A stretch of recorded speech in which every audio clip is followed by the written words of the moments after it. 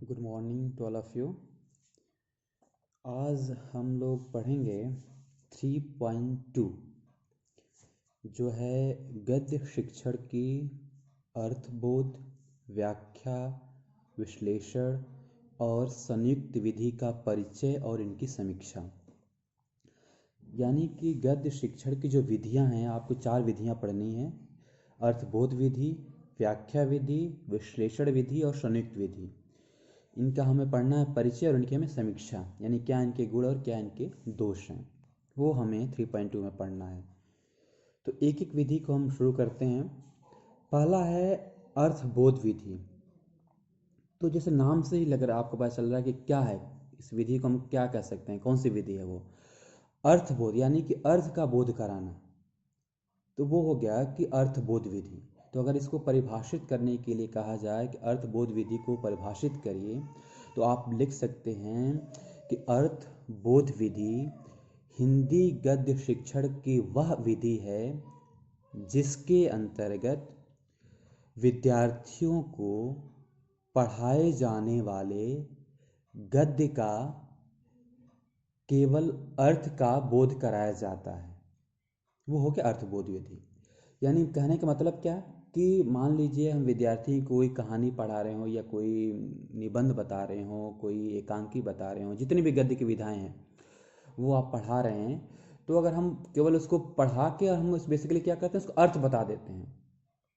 जैसे कोई भी आप कहानी पढ़ा रहे हैं, जो कफन की कहानी पढ़ा रहे हो वो, तो कफन कहानी अगर आपको पढ़ाना है तो आप क्लास में गए और विद्यार्थियों को कफन कहानी का क्या एक अर्थ है वो आप बता दिया कि कफन कहानी में क्या होता है। यानी से कहा जाए कि एक एक शॉर्ट में, एक संक्षेप में एक समरी बता दिया, कि उसका अर्थ बता दिया कि है क्या ये कफन कहानी। हाँ, इन दो लोगों की कहानी है, इस तरह से हुआ, फिर मर गई उनकी पत्नी, तो फिर कफन के लिए, यानी जो भी एक हमें संक्षेप में बता देंगे, तो वो हो जाता है अर्थबोध विधि। यानी उसमें हम ना कोई शब्द का अर्थ बताते हैं, ना कोई आपको क्या कहा जाए उसको, ना कोई उदाहरण बताते हैं। केवल उस कहानी का या उस गद्य का आप बच्चों को अर्थ बता देते हैं, तो उसको कहते हैं अर्थबोध विधि। तो ये हो गया अर्थबोध, नाम से स्पष्ट है अर्थबोध। यानी कि हिंदी गद्य शिक्षण की वह विधि जिसमें हम विद्यार्थियों को केवल अर्थ का बोध करा देते हैं, हो जाता है अर्थबोध विधि। तो ये तो हो गया परिचय। अब दूसरा, इसके साथ साथ हम समीक्षा भी करते जाते हैं। क्या होगा इसका, इसका फ़ायदा क्या होगा और इसका नुकसान क्या होगा। तो फ़ायदा तो ये है कि हाँ, विद्यार्थियों को एक संक्षेप रूप में आपको पता चल जाता है कि हाँ, इस पाठ में जो 10 या 15 पेज का है उसमें है क्या, वो इसके लाभ हो गए वो, कि हमें तुरंत पता चल जाए कि हाँ, 15 पेज में जो पढ़ाया गया उसमें क्या कहा गया हो। दूसरा इसका बेनिफिट, ये फ़ायदा ये हो गया कि संक्षेप में हमें उस गद्य का मूल भाव पता चल जाता है, इसका मूल भाव क्या है वो। तीसरा इसका क्या फ़ायदा हो गया कि यह उच्च कक्षा के लिए उपयोगी है। जैसे मैं खासकर से हम आप लोग, जब आप लोग के लेवल का जब बात होती है, तो हम एक एक आपको एक एक लाइन नहीं बताते हैं, वो हम लोग उसी पे एक संक्षेप में एक चर्चा कर लेते हैं, बता देते हैं, तो वो अर्थबोध विधि ही हो गया वो। तो ये तो हो गया इसका कुछ फ़ायदा। अब इसका अब हमें कमी क्या होगी, कमी तो यही होगी कि एक तो ये जो कि निम्न स्तर के बच्चों के लिए लाभदायक नहीं है, यानी कि जो प्राथमिक कक्षा में पढ़ने वाले बच्चे हैं उनके लिए फ़ायदेमंद नहीं है।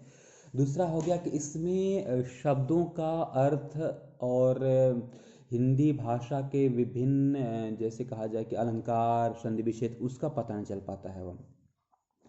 तो ये इसका हो गया कि इसके कमी हो गई, यानी कि इसके दोष हो गए वो। तो ये आप कह सकते हैं अर्थबोध विधि बता सकते हैं उसकी यार कमियां और दोष क्या क्या, इसके क्या कमी है और क्या इसका। इसमें और आप जोड़ सकते हैं कि जैसे कि विद्यार्थियों को पठन कौशल विकसित नहीं हो पाता है, क्योंकि इसमें क्या होता है कि इसमें हम पढ़ने का मौका बच्चों को नहीं देते हैं। हम जाते हैं क्लास में और उसका हम जो पढ़ाना है उसका अर्थ बता देते हैं वो, तो वो पठन कौशल विकसित नहीं हो पाता है। तो इसीलिए इसको कहा जाता है कि ये निम्न स्तर के विद्यार्थियों के लिए, यानी प्राथमिक स्तर के विद्यार्थियों के लिए उपयोगी नहीं है। तो ये तो हो गया आपका अर्थबोध विधि। इसका परिभाषा दीजिए और इसकी क्या गुण है क्या दोष है, वो इसकी समीक्षा हो गई। अब हम आते हैं दूसरा, व्याख्या विधि। व्याख्या नाम से ही लग रहा है कि व्याख्या क्या है। व्याख्या ये जो ज़्यादातर पढ़ाने जो जाते हैं और क्लासेस में पढ़ाई जाती है वो इसी विधि का ज़्यादातर प्रयोग होता है। और आप भी जब टीचिंग करने जाएंगे नेक्स्ट सेमेस्टर में तो आप भी ज़्यादातर इसके विधि का ही प्रयोग करते हैं।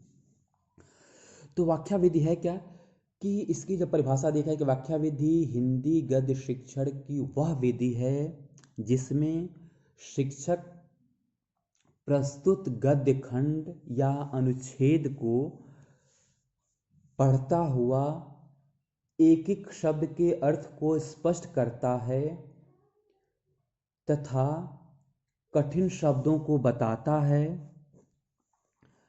उस पाठ में आए संधि विच्छेद अलंकार को बताता है और अंत में उस पाठ का सारांश बताता है। तो ये हो गया व्याख्या विधि का परिभाषा कि व्याख्या विधि कहते किसे हैं वो। तो अगर हम संक्षेप में कहें व्याख्या विधि का परिभाषा